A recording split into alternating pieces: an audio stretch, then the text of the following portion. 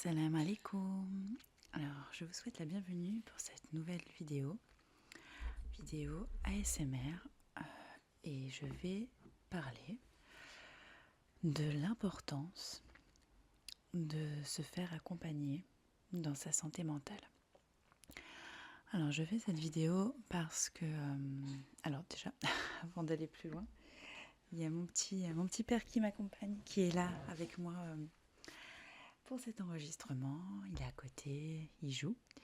Donc ça sera un enregistrement qui sera court, qui sera pas très long, mais toujours dans une idée de faire quelque chose de relaxant et d'instructif pour vous. Donc pourquoi est-ce que je parle de ce sujet? C'est que malheureusement, dans notre communauté musulmane en France, notamment pas uniquement dans la communauté musulmane d'ailleurs, mais chez beaucoup de familles maghrébines en l'occurrence, eh bien, le fait de vivre avec des traumatismes, c'est quelque chose de devenu très courant.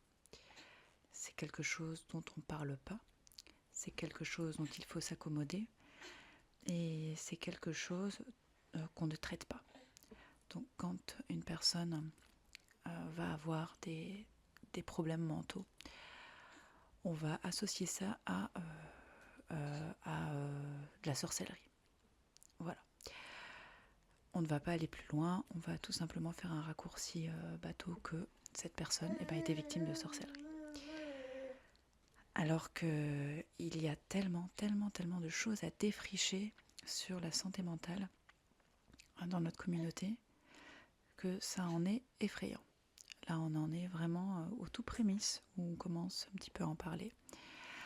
Mais il y a du boulot.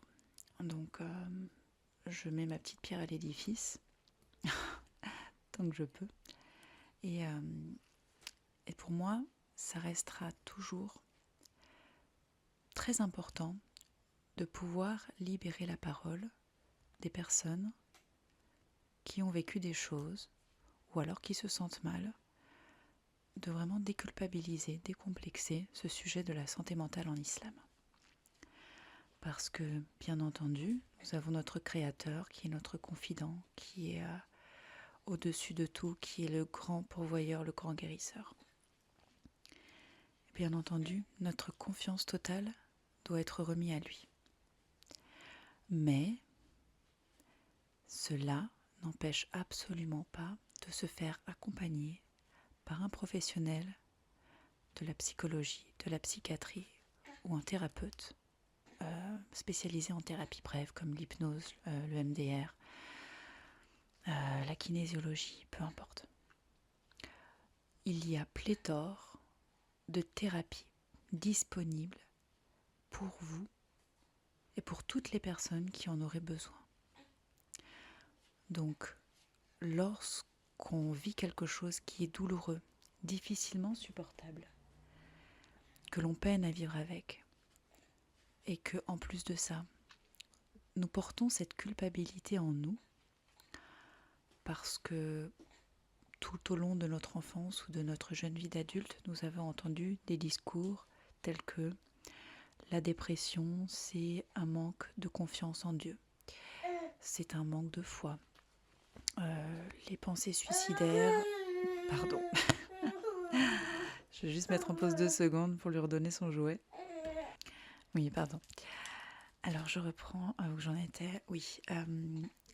Donc oui, les pensées sont suicidaires, sont des pensées qui viennent du shaitan, voilà, tu es victime de sorcellerie ou toutes ces choses-là. Si tu es mal dans ta peau, si tu es timide, c'est que tu places les gens au-dessus de Dieu. Enfin voilà. Beaucoup de discours de ce type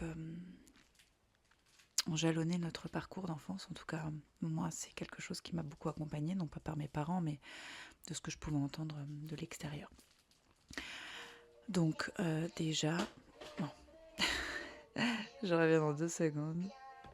Je vais redonner un jouet un peu moins bruyant le temps de la vidéo. Donc désolée, j'espère que ça vous accommode pas trop. Mais bon, on va revenir sur ce sujet. Donc oui, c'est hyper important de déjà d'une déculpabiliser et décomplexer la parole des personnes qui souffrent. Voilà. Être à l'écoute des personnes qui souffrent. Ne pas être dans le jugement des personnes qui souffrent. Parce que, bien entendu, la santé mentale ne se résume pas à un manque de foi, tout simplement, ou de la sorcellerie. Ça va bien au-delà. L'être humain est un être complexe. Et en plus de ça... Et en plus de ça, il ne faut pas oublier que cette communauté maghrébine en France, comme beaucoup d'autres communautés colonisées, ont été, ont encore ces traumas qui sont des traumas transgénérationnels et aussi des traumas actuels. La colonisation, c'est une épreuve de domination, d'humiliation. Et donc, on porte en nous ces stigmates parce que, eh bien, c'est encore tout frais dans notre histoire. C'est encore tout frais dans nos gènes. Si vous vous renseignez un petit peu sur l'épigénétique, qui est la science des gènes, et ben on apprend qu'en fait, les traumatismes se transmettent de génération en génération.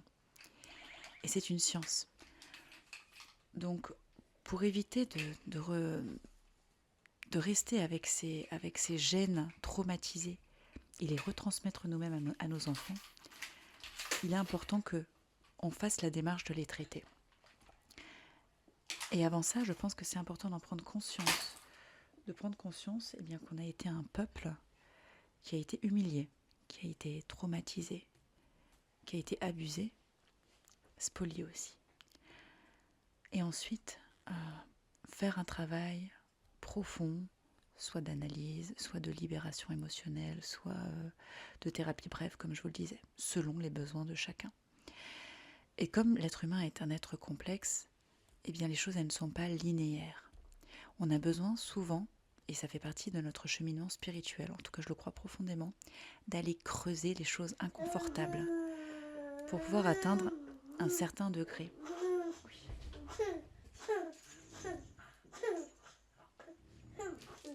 Pour pouvoir atteindre un certain degré de spiritualité. Donc Dieu nous met à l'épreuve avec ça également.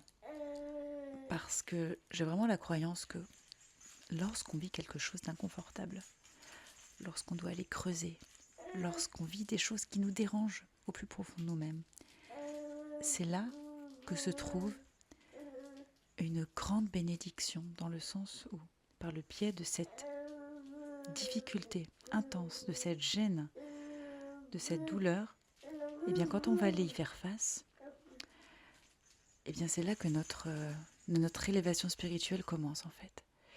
Et si on fait face à cet inconfort, à cette difficulté, à ce trauma, en mettant notre totale confiance en Dieu, tout en se faisant accompagner par une aide extérieure, ça n'a absolument... c'est pas du tout incompatible en fait. Eh bien, c'est là que réside un véritable ascenseur spirituel. Je refais une petite pause pour aller chercher ce monsieur qui veut à présent parler au micro. Donc oui, je vous disais que pour moi, en fait, là où se trouve un grand inconfort, et ben, se trouve une élévation spirituelle. Donc, déculpabilisons ce sujet de la santé mentale chez les femmes musulmanes, chez les hommes musulmans également. Mais pour moi, ça reste crucial que les mamans musulmanes d'aujourd'hui se rendent compte à quel point leur pouvoir est immense. Leur pouvoir est immense pour elles-mêmes, pour leurs enfants, mais également pour tout le reste de leur famille. Elles ont un impact énorme. Et donc, si cela doit commencer par effectuer un travail intérieur pour se libérer de ces traumas, pour se libérer des blessures transgénérationnelles, et ben go, c'est parti. c'est maintenant. Faites-le pour vous, pour vos enfants et pour l'impact que vous allez avoir sur le monde, sur la communauté et sur les êtres humains en général. Donc voilà, ça sera le mot de la fin, parce que ce monsieur veut désespérément jouer avec sa maman. Et je ne veux pas le faire attendre plus longtemps. Tu dis au revoir mon cœur. Bye bye. Bye bye. Oui. Allez, je vous souhaite une belle journée ou une belle soirée, peu importe. Quand est-ce que vous utilisez, écoutez cet audio. Et oui. Je vous souhaite plein de bonheur dans vos vies. Une intériorité forte, tout en connexion avec Allah. Allez, à bientôt, Inch'Allah. N'oubliez pas, ah oui, ça sera ça le mot de la fin. N'oubliez pas de vous abonner et de me dire en commentaire qu'est-ce que vous pensez de ce sujet de la santé mentale en islam. À bientôt.